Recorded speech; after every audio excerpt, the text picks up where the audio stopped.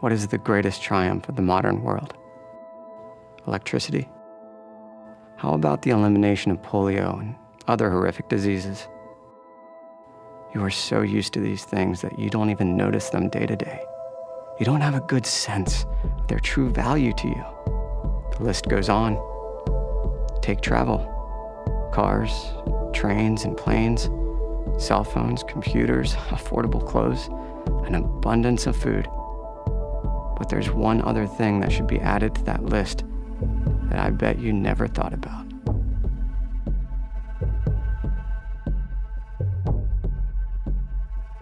While the achievements of the modern world have undoubtedly brought immense benefits, they fall short when it comes to addressing the deeper spiritual realities we face as human beings.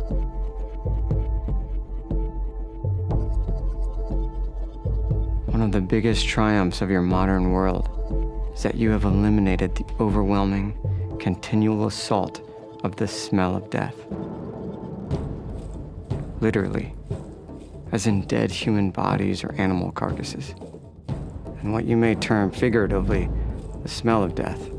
Diseased bodies, clothes worn until they fall apart, people who seldom, if ever, bathe, sewage often thrown into the streets.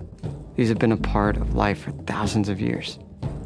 And trust me, their absence is the top of the triumph list.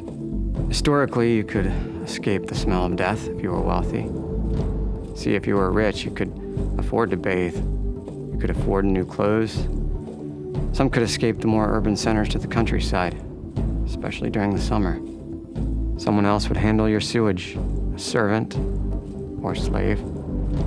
Some societies regularly moved from place to place just to escape their own sewage and waste. It's extremely difficult, and I mean extremely difficult, to live with the smell of death. But it's not impossible. You could mask it, sure. And it was very common. Perfumes and frankincense were incredibly costly, but rich people would pay any amount to mask whatever smells that they could not escape. Trash dumps were foul, but at least you could set them on fire. The garbage dump in Jerusalem in the time of Jesus was called Gehenna, and that fire burned perpetually. Jesus referred to this smoldering heap of refuse in his teachings. Slave markets. They were the worst, though. So repulsive that often the sale of slaves didn't happen where they were kept, but often took place far away so buyers would actually come. I don't blame them. It was beyond words horrific. I know the conditions, and I know the smell. The retching smell of death. I'm a slave. The figurative smell of death, as well as the literal smell of death, was an alert. A God-given alert, long before people had any understanding of germs or bacteria. Their sense of smell alerted them to stay away from a water or food source that was contaminated, or to take care of themselves or someone else. Like pain, it was a warning.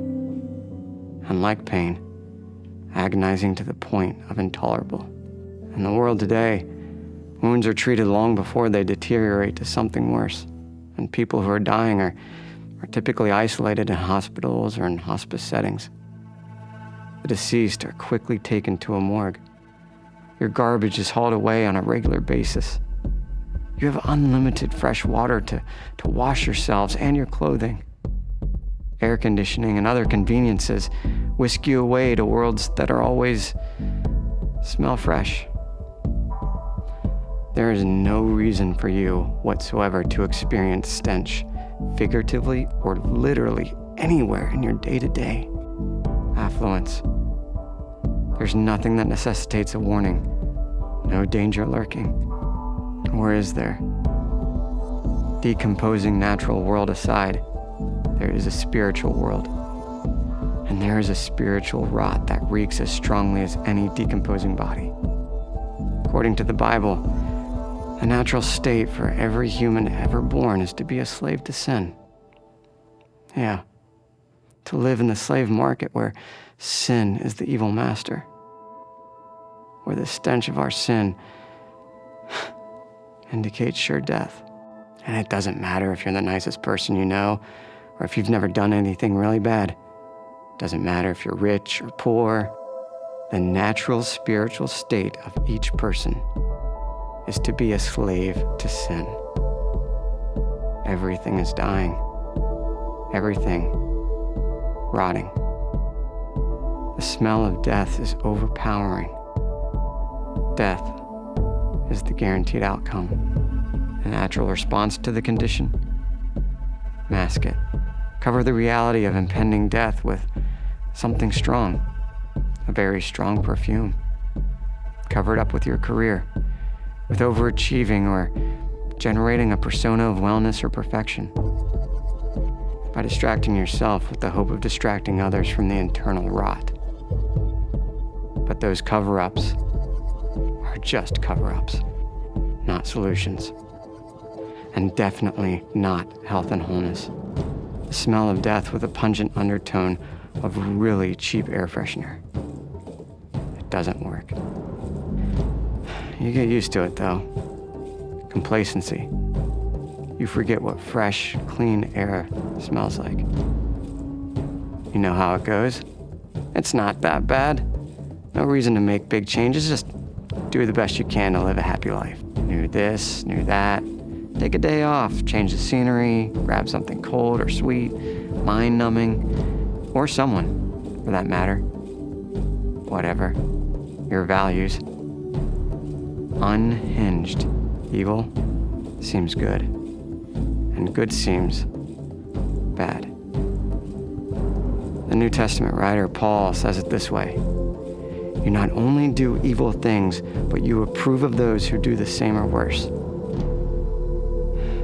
Many finally recognize the true nature of their situation and would do anything to escape from the slavery to sin. They see their self-destructing self-centeredness. They want a life of freedom. They want it now and forever. But as bad as they want to be rescued from their situation, they cannot save themselves. What a wretched man I am. Who will rescue me from this body that is subject to death? Again, the Apostle Paul wrote that. Imagine, even the renowned Apostle Paul recognized he was incapable of saving himself from spiritual death. Paul, he was a good friend. More than that, actually. He referred to me as a son. Truth be told, I met Paul when I was a fugitive. I wanted to change my life, so I ran. A runaway. Slave. Dangerous to have as a friend. But Paul didn't care. He knew that running from an earthly master was not much different than running from slavery to sin. My slavery to sin. He knew that everywhere I went, sin would be there. Master and slave. Inseparable. Inescapable. See, Paul recognized that there is a solution to being a slave to sin. Not a cover-up, not something to merely mask the smell of death. And he had it. Thanks be to God, who delivers me through Jesus Christ our Lord. Paul. He says it so well. So straightforward. He knew he could not buy his way out of slavery to sin. He could not do enough good works or be nice enough to earn his way out. He couldn't even run away. The only hope for rescue from slavery was Jesus Christ. It is for freedom that Christ has set us free. That's how Paul worded it. Christ freed you from slavery to sin. The rescue plan for all of us. Even the nicest person, still a rotting stench. Sin is sin, and it all smells like death. But the rescue was just the beginning. Jesus said his very reason for coming to earth was so they may have life and life to the full. Life to the full. Think about it. Life without the smell of death. Literally, figuratively, and spiritually. amazing. But there was more. Life lived with fullness of purpose, fullness of belonging and hope, full in every area, wholeness so full and overflowing that you can't rest while there are others still enslaved to sin. You become part of the rescue plan. You share the great news to anyone who will listen. From there, freedom is simply a repentant heart posture and prayer away from the true greatest triumph the world has ever known. Freedom in Christ.